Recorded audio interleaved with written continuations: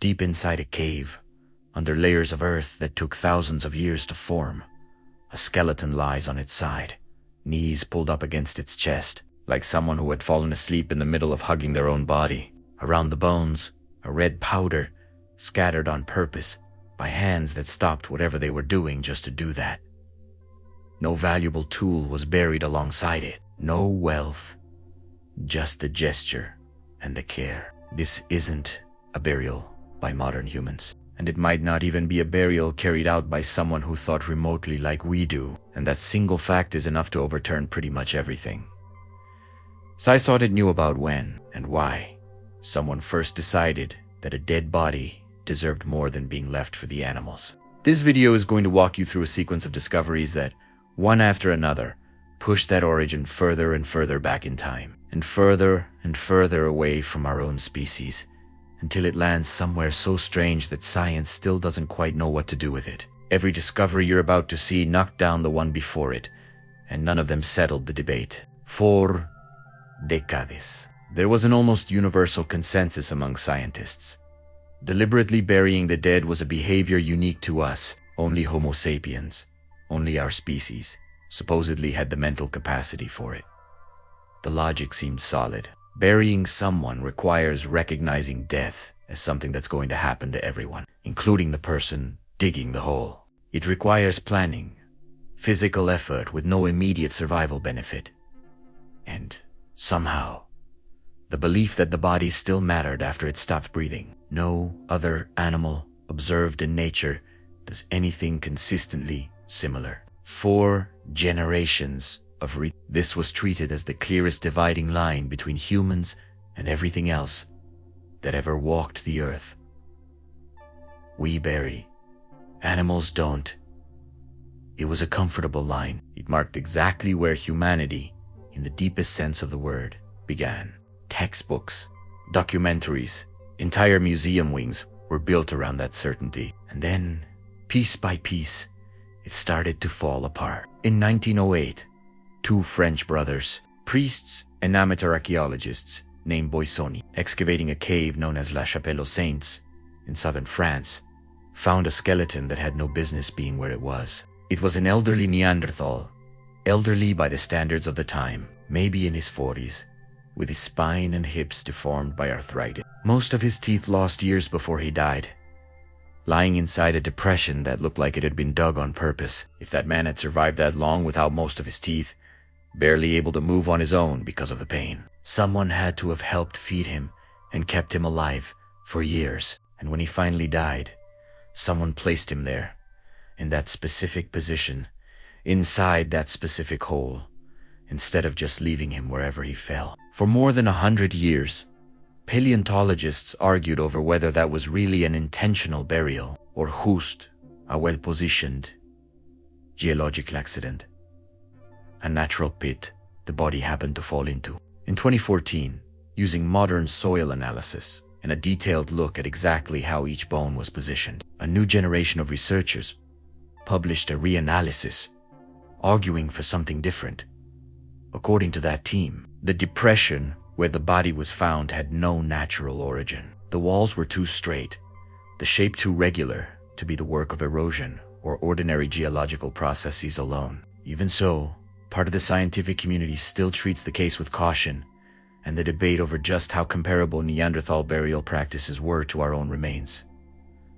That first assumption had already collapsed, but the story was only just starting to get strange, and it would get a lot stranger before it was done, in a way that would catch the entire scientific community off guard. In northern Iraq, inside a cave known as Shanida, archaeologists excavating since the 1950s found the remains of at least 10 Neanderthals, some of them clearly placed in specific positions, side by side, in the same narrow stretch of the cave, as if that particular corner had been chosen again and again across generations for exactly that purpose. One of those skeletons, named Shanidar IV, became world famous after pollen analysis around the body raised the possibility that whole flowers from at least 7 different species had been placed there on purpose, maybe woven into branches for decades. That image, Neanderthals, burying their dead with colorful flowers became something of a popular symbol that this species, so long portrayed as brutish and unfeeling, actually had emotion, grief, maybe even something close to what we'd call a soul. But later, other scientists pushed back hard against that interpretation.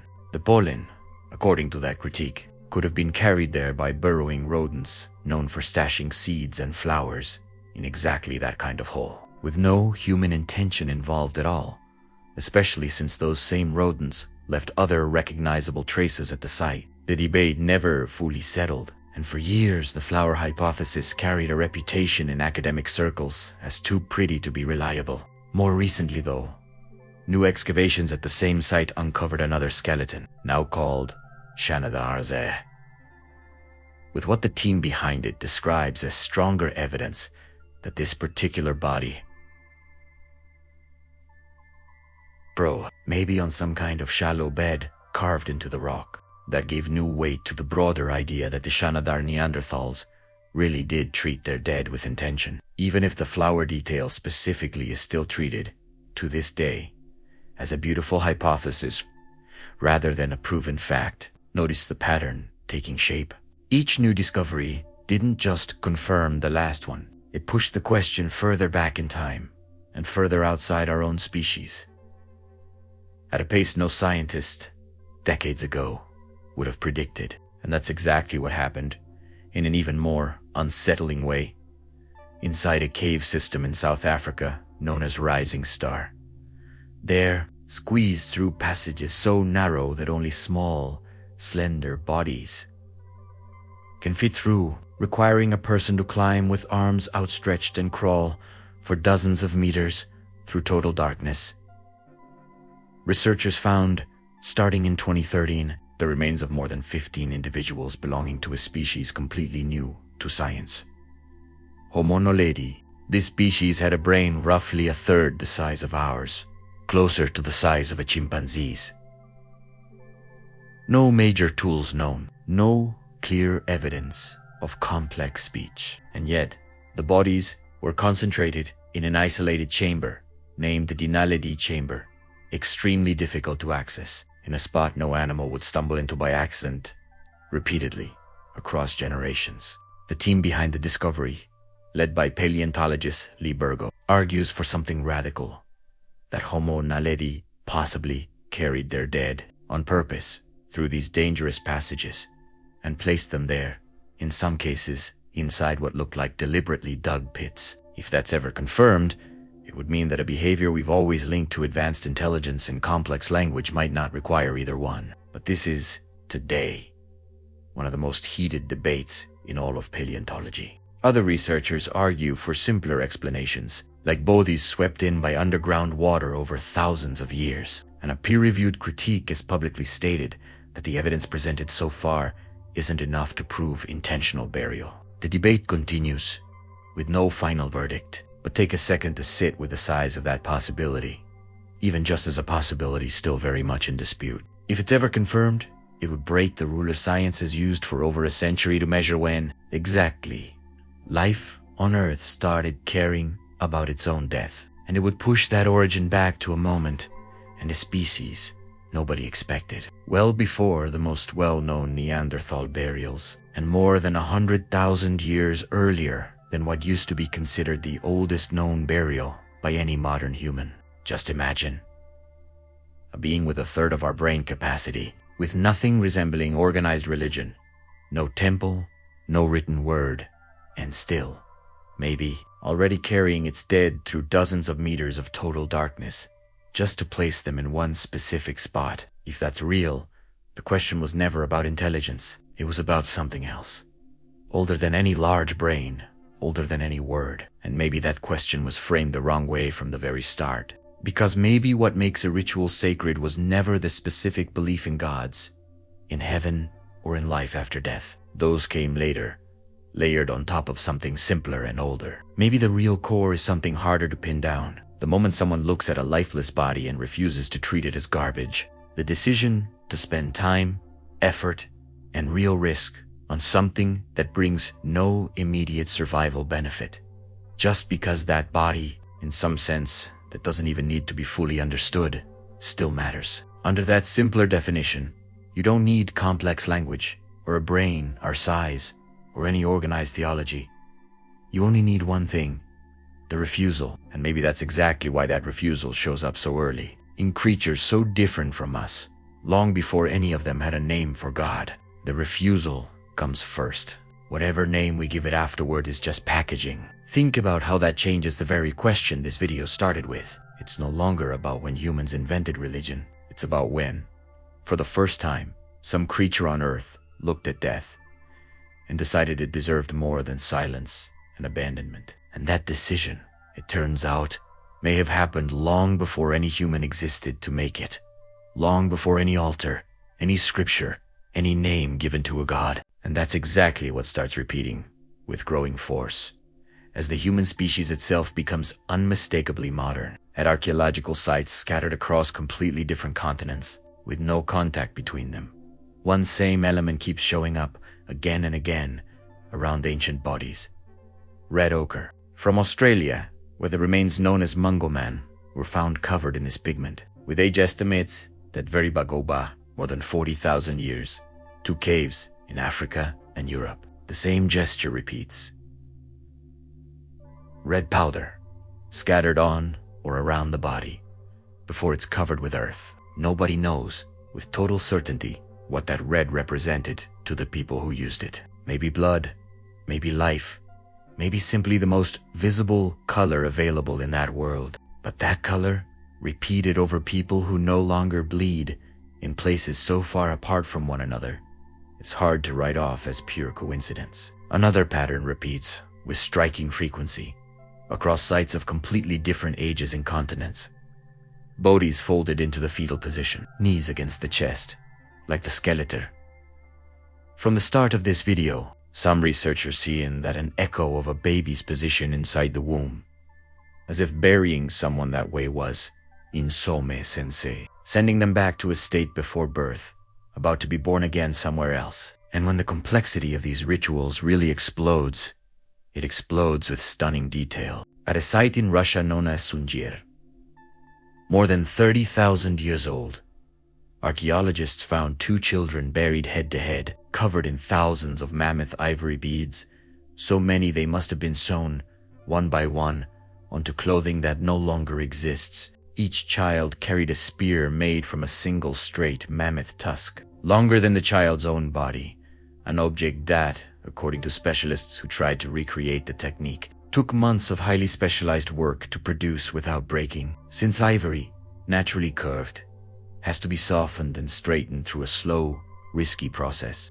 Producing all of that, researchers estimate, must have taken thousands of combined hours of skilled labor from an entire community. At a moment in history when every hour of work also meant one less hour hunting or sheltering from the cold, nobody invests that kind of collective time in someone who's no longer there to notice. Unless, somehow, they still are, or the community needed to believe that to keep functioning. These instinct turning death into something that demands effort, care, and meaning wasn't limited to isolated cases. In caves, in what is now Israel, known as Kafsa and Skal, Homo sapiens skeletons more than 90,000 years old were found deliberately positioned, some of them next to animal horns or pieces of ochre, suggesting that as soon as our own species shows up clearly in the archaeological record, it's already practicing this exact same gesture, with no need to learn it from scratch. This wasn't some late invention of our species. It's something we apparently already carried with us from the start. That same instinct would run through all of recorded human history after that. And in no tradition does it appear more tightly woven into identity, land, and promise than in the biblical one. When Abraham's wife, Sarah, dies, he doesn't simply bury her where she fell, living as a foreigner in a land that, according to the very promise he'd received, would one day belong to his descendants, but that at that moment he didn't own a single piece of. He approaches the local residents in the middle of morning and formally negotiates the purchase of a specific cave, later known as the Cave of Machpelah. The account records the negotiation with almost notarial detail.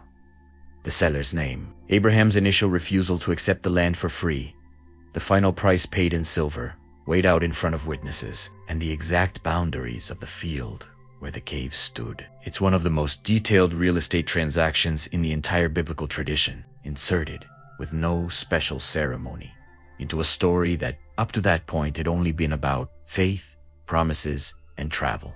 And it exists for one specific purpose: a burial place. That piece of land stops being just land. It becomes the first space Abraham's family can truly call their own, inside a promised land that, up to that point, didn't really belong to them in any other sense. And that same detail repeats generations later, with even more weight. Before Abies, already elderly, having lived 4 years in Egypt, surrounded by comfort and prosperity, Jacob calls his sons and explicitly asks not to be buried in that foreign land, but carried back across that entire journey, to be buried in the same cave his grandfather had bought. Later, when Joseph, the very son who had become one of the most powerful men in Egypt, dies inside Egyptian territory, he leaves equally clear instructions that his bones someday, once that people finally left Egypt, be carried back to be buried in that same land. And